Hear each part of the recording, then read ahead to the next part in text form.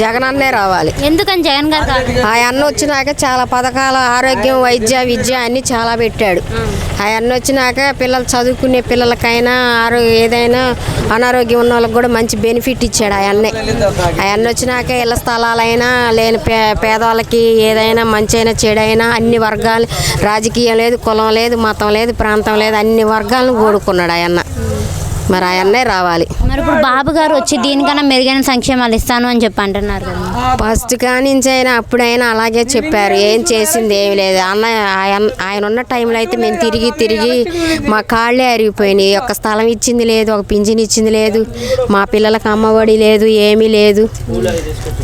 మళ్ళీ చేయూత డబ్బులు కూడా ఏమి లేవు మాకు. అవన్నీ వచ్చి నాకు చాలా ఇదిగో స్థలం కూడా చూపించి మరి ఫోటో కూడా తీశారు ఆ అన్నే. నాకు కళ్ళు లేవు, నాకు కళ్ళు పోయినాయి. పింఛన్ కూడా వస్తుంది ఆ అన్న వచ్చిన తర్వాతే. జగన్ గారు సైకో రౌడీ అని చెప్పి లేదు, ఆ అన్నే మాకు ఫస్ట్ కానించి ఆ అన్నే మాకు నమ్మకం. మరి ఇప్పుడు పవన్ కళ్యాణ్ గారు అంటున్నారు నిన్ను ఓడించడమే నా లక్ష్యం జగన్, నిన్ను ఓడిస్తాను అని చెప్పి అంటున్నారు. ఓడిపోతారంటారా జగన్? లేదు, జగన్ అన్నే వస్తారు.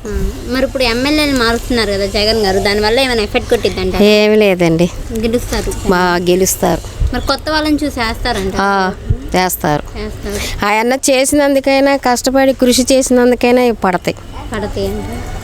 మేడం మరి ఇప్పుడు అంటే వాలంటరీ వ్యవస్థ ఎలా ఉంది?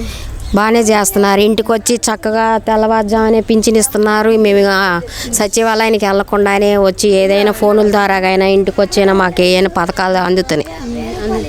అంతకుముందు అయితే మరి చంద్రబాబు గారు ఉన్నప్పుడైతే మేము లైన్లో వెళ్ళి నించొని ఎండలో ఉండి మేము తెచ్చుకోలేకపోయాం. ఇప్పుడైతే అన్న వచ్చినాక మాకు ఇంటికే వచ్చి ఇస్తున్నారు.